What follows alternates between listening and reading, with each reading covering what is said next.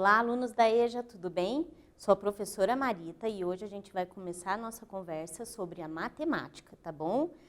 Hoje nós estamos aqui com o nosso intérprete, o Cadu. Tudo bem, Cadu? Então, o Cadu vai nos ajudar hoje aqui na nossa aula, certo? Muito bem. Para início de conversa, nós vamos apresentar o que a gente vai estudar nessa aula. Vamos estudar os diferentes significados dos números e quais são esses usos desses números no nosso dia a dia. Também vamos resolver algumas situações, alguns probleminhas que envolvem números. Vamos começar? Vamos lá. Você sabe aonde a gente encontra os números no nosso cotidiano? O que seria o nosso cotidiano? No nosso dia a dia. Vocês já ouviram falar que a matemática está presente em tudo? Então, quando a matemática está presente em tudo, a gente também consegue encontrar os números nesse dia a dia. E aqui, hoje, na nossa aula, a gente vai ver algumas funções dos números. Vamos lá. Onde a gente encontra, então? Em placas de trânsito, nas placas dos automóveis, né? Também a gente encontra no supermercado, onde a gente vê os preços dos produtos, nos relógios, no relógio analógico, no relógio digital. Todos os números estão presentes no nosso cotidiano, certo? Uma das funções deles é trazer uma informação. Então, observe essa notícia. Vejam se essa notícia teria algum sentido quando a gente não coloca os números. Prestem atenção na minha leitura. Internados. Pacientes com diagnóstico confirmados de Covid-19 estão internados. São pacientes em leitos SUS, em UTI e em leitos clínicos de enfermaria. Bom, mas o que são esses pacientes, né? Quantos são esses pacientes? Muito bem. Em leitos de rede particular, em UTI e em leitos de clínicos de enfermaria. Então, a gente tem uma notícia sobre a Covid-19, certo? E aí, essa notícia está falando sobre a quantidade de internados. Mas se a gente não tem os números aqui para nos trazer a informação precisa, fica uma notícia sem sentido. Há outros pacientes internados em leitos de UTI e enfermarias que aguardam resultados de exame. Eles estão em leitos das redes públicas e particulares e são considerados casos suspeitos de infecção pelo SARS-CoV-2. Muito bem. Se a gente não coloca as informações numéricas, esse texto fica sem sentido. Fica apenas um texto informativo, onde não tem precisão nessas informações. Agora, veja como é que fica o texto com os números. 1.273 pacientes com diagnósticos confirmados do Covid-19 estão internados. Opa, fez mais sentido essa frase, né? São 1.072 pacientes em leito SUS. 519 em UTI e 553 em leitos clínicos e enfermaria. E 201 em leitos da rede particular, 80 em UTI e 121 em leitos clínicos e enfermaria. Há outros 1.526 pacientes internados, 521 em leitos de UTI e 1.050 em enfermaria, que aguardam os resultados de exames. Eles estão em leitos das redes públicas e particular e são considerados casos suspeitos de infecção. Essa informação a professora tirou lá da Secretaria de Saúde, lá da página da Secretaria de Saúde. Percebem? A função do número aqui é trazer a informação para mim do número para contar, como se a gente estivesse contando os pacientes, certo? Então, vamos praticar um pouquinho para a gente poder ter uma localização aí numérica. Relacione grupos numéricos com as quantidades listadas. Mas, professora, por que você está me falando isso? Por que você está me sugerindo isso? Ah, é porque os números, eles podem trazer um significado conforme eu estiver relacionando, com o que eu estiver relacionando, certo? Então, por exemplo, de 1.001 a 10.000, de 10.001 a 100.000, mais de 1 milhão, 1 a 10, 101 a 200. Eu vou relacionar esses cartões aqui que estão azuis com esses dois que estão em verde aqui, ó. Pessoas que moram em uma casa, será que é de 1.001 a 10.000? Será que é de 10.001 a 100.000? Será que é mais de 1 milhão? Será que é de 1 a 10 ou será que é de 101 a 200? Qual desses cartões tem mais significado para as pessoas que moram em uma casa? E quais desses cartões tem mais significado para as pessoas que moram em uma rua? Vamos lá? Tentem fazer que a gente já volta.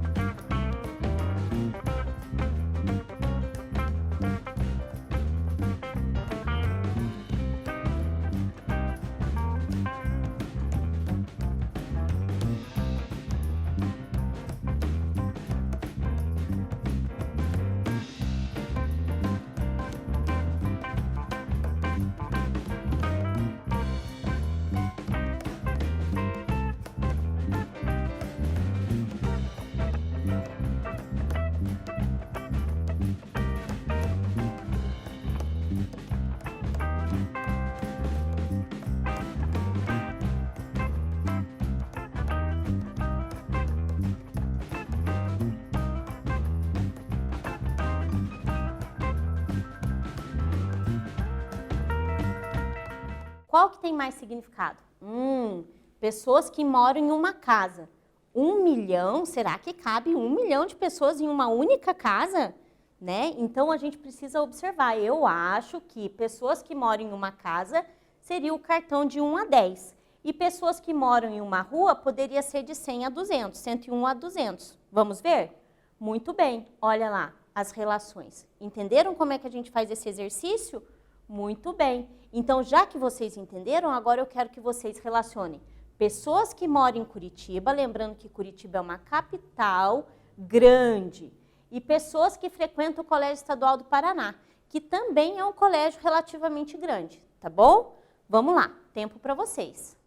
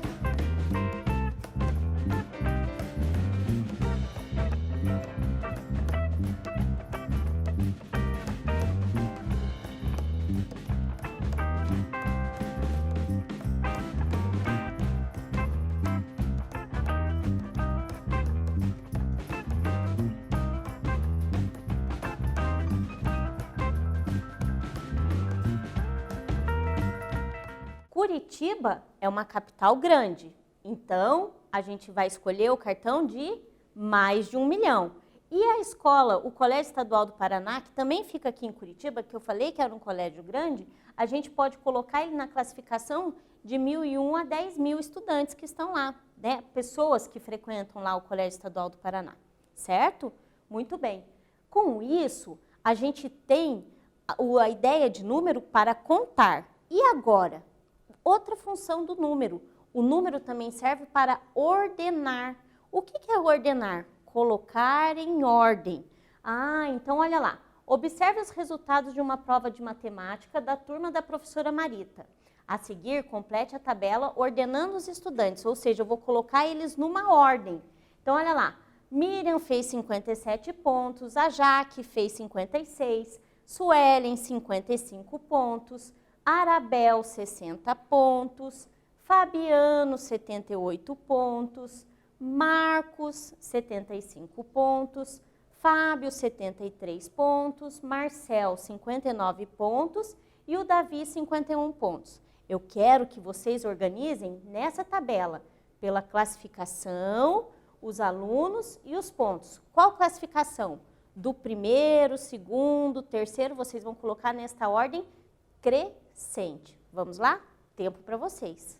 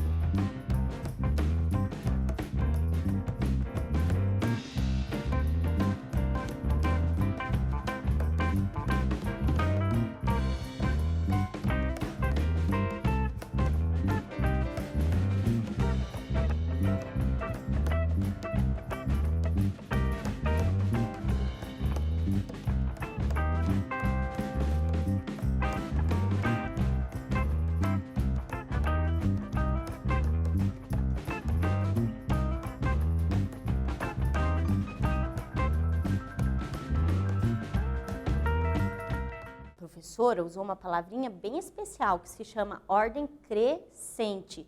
Então, é do menor para o maior. Só que quando a gente classifica, a gente faz uma ordem, a professora se confundiu. Quando a gente vai fazer uma classificação, do maior para o menor, porque quem ganha, né, é quem fez mais pontuação, quem está em primeiro lugar, quem fez a maior pontuação. Então, a professora só inverteu. Mas fiquem atentos que a gente vai ter mais um exercício para falar sobre ordem crescente e decrescente. Não se preocupem, tá bom? Muito bem. Então, em primeiro lugar, foi quem? O Fabiano, porque fez 78 pontos. Em segundo lugar, foi o Marcos, que fez 75 pontos. Em terceiro, o Fábio com 73. Em quarto, a Arabel com 60. Em quinto, o Marcel com 59. Em sexto, a Miriam com 57. Em sétimo, a Jaque com 56. Em oitavo, a Suelen com 55. E em nono, o Davi com 51. Então, percebam, ordem decrescente, do maior para o menor. A classificação é assim que a gente faz, ok? Muito bem. Quando a gente trata de números ordinais, é preciso a gente ter uma referência.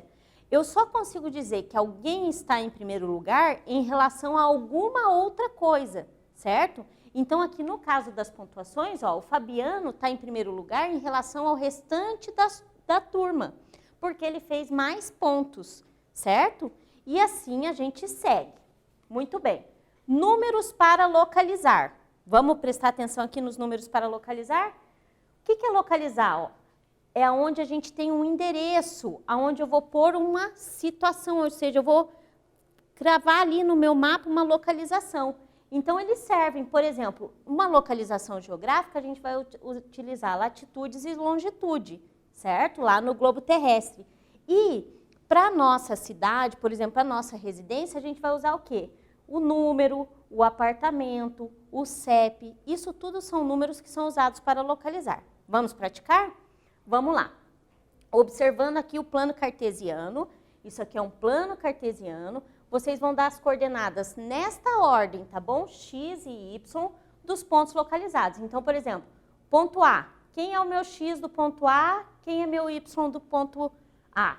X e Y, ó. A gente vai dar essas coordenadas. Façam isso para os pontos que a gente já volta.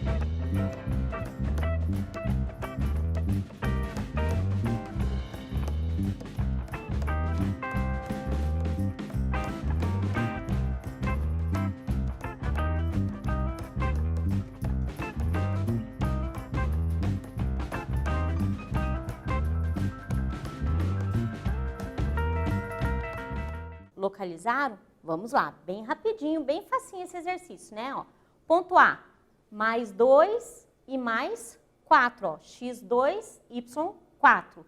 O E está exatamente aqui no ponto de encontro dos eixos. Então, ele é o ponto 0 e 0. Esse é o endereço dele, a localização dele.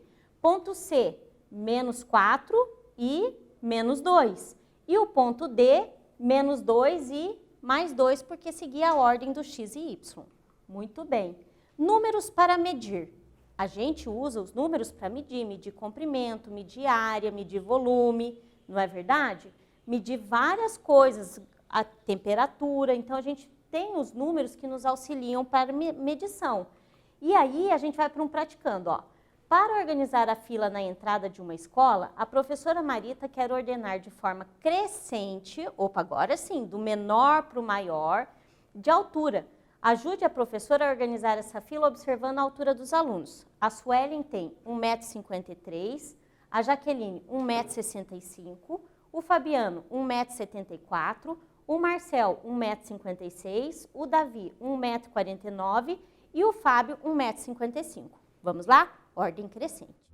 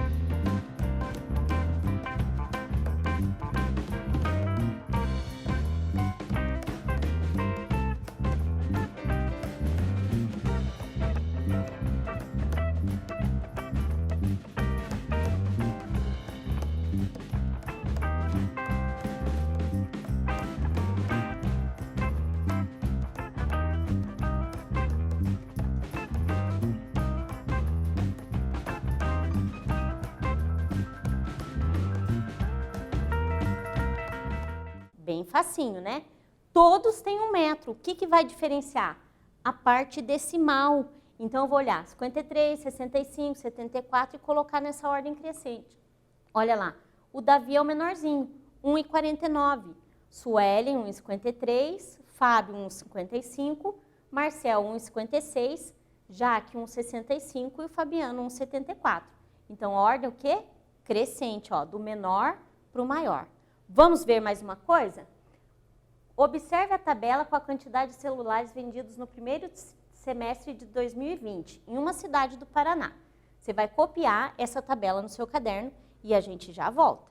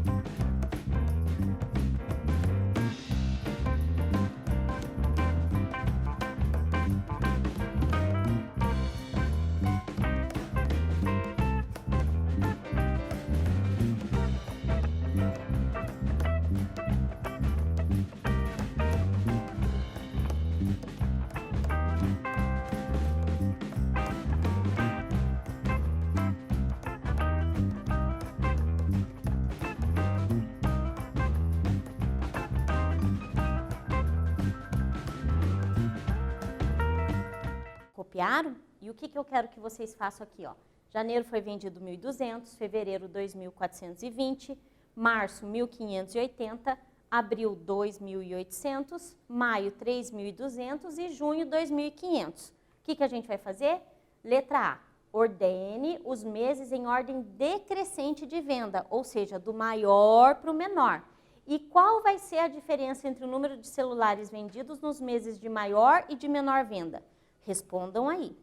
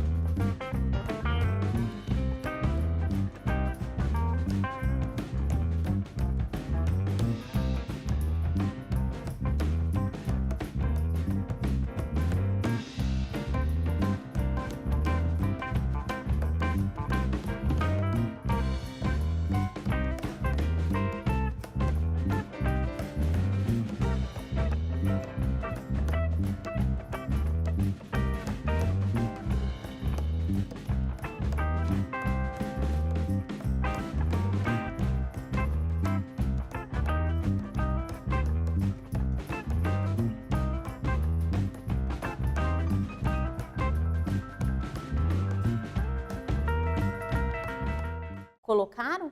Então, olha lá, ordem decrescente de vendas do maior para o menor, certo? Mais vendido até o menos vendido. E qual é a diferença entre um número? Diferença é eu ver quanto que eu tenho entre um e outro, ou seja, fazer uma continha de subtração. Já vão acostumando com essas palavras. Diferença significa subtração. Muito bem, então eu tenho os meses em ordem decrescente, que vai acontecer o quê? Ó, 3.200, 2.800, ou seja, do maior para o menor. Então, maio foi o primeiro mês, abril foi depois, junho depois, fevereiro depois, março e, por fim, janeiro. Ok? Muito bem. Respondendo a letra B, diferença. É uma continha de subtração. 3.200 menos 1.200. Vou subtrair o mês que teve mais vendas do mês que teve menos vendas, certo? 3.200 menos 1.200 dá 2.000 essa diferença, tudo bem? Muito bem. Números para codificar. A gente pode usar os números também para codificar. Quem já não viu que o CEP é um código, que é código de barras no supermercado, ou a placa de trânsito, certo? Os números que são usados para codificar são números que a gente não usa para fazer operações. Eles servem para me dar um código, certo? Muito bem. Olha lá, normalmente o código de barras e o nosso CPF, ele tem um último número, no nosso caso, no CPF, são os 2 últimos números, e no caso do código de barras é o último número, é chamado de dígito de controle. E esse dígito de controle, a gente tem como fazer um cálculo para encontrar esse dígito de controle, beleza? Vamos ver? Muito bem, vamos testar. O dígito de controle é obtido fazendo o seguinte cálculo. Primeiro, soma dos valores das posições ímpares da esquerda para a direita. Segundo, triplica-se a soma dos valores das posições pares da esquerda para a direita. Terceiro, soma os 2 resultados e, por fim, o dígito de controle é o número que se deve acrescentar para se obter a próxima dezena. Tempinho para copiar essas dicas aí.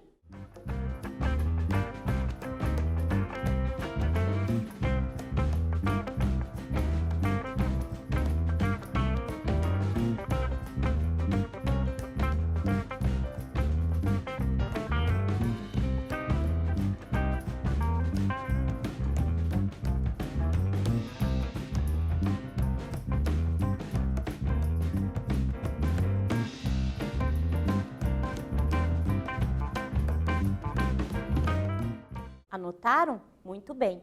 Vamos testar? Olha aqui o número que eu tenho aqui. Eu quero que vocês verifiquem se esse dígito de controle está realmente certo. Vamos lá? Agora, olhem as dicas que vocês anotaram e tentem resolver.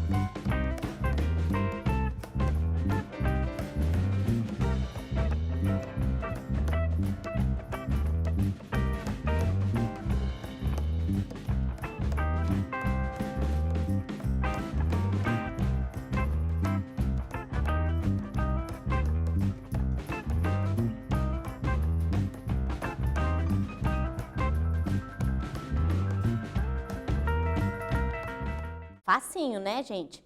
Parece complicado, mas não é. Vamos lá. Primeiro, soma dos valores das posições ímpares da esquerda para a direita. Ímpar é um número que não é divisível por 2, então é a primeira, terceira, quinta, sétima, nona posição, certo? Se eu somar todos esses números, vai dar 36. Então, o primeiro passo dá 36. O segundo passo, triplica-se os números que estão nas posições pares. Par é que é divisível por 2, então é a segunda posição, quarta, sexta e oitava. Essa soma dá 25. Mas o que eu vou fazer com essa soma? Vou triplicar. E o que é triplicar? 3 vezes. Então, o triplo de 25 vai dar 75. Soma o terceiro passo, soma os 2 resultados, 111. E o último passo é o dígito de controle, é o que eu devo acrescentar para a dezena mais próxima, a próxima dezena exata. Então, se era 111, a próxima dezena exata é o 120. Então, 120 menos 111, 9. Verificou lá nosso dígito? Verificou. não é mesmo? Então, o que a gente viu nessa aula? Que os números servem para contar, ordenar, localizar, medir e codificar, certo? Até uma próxima!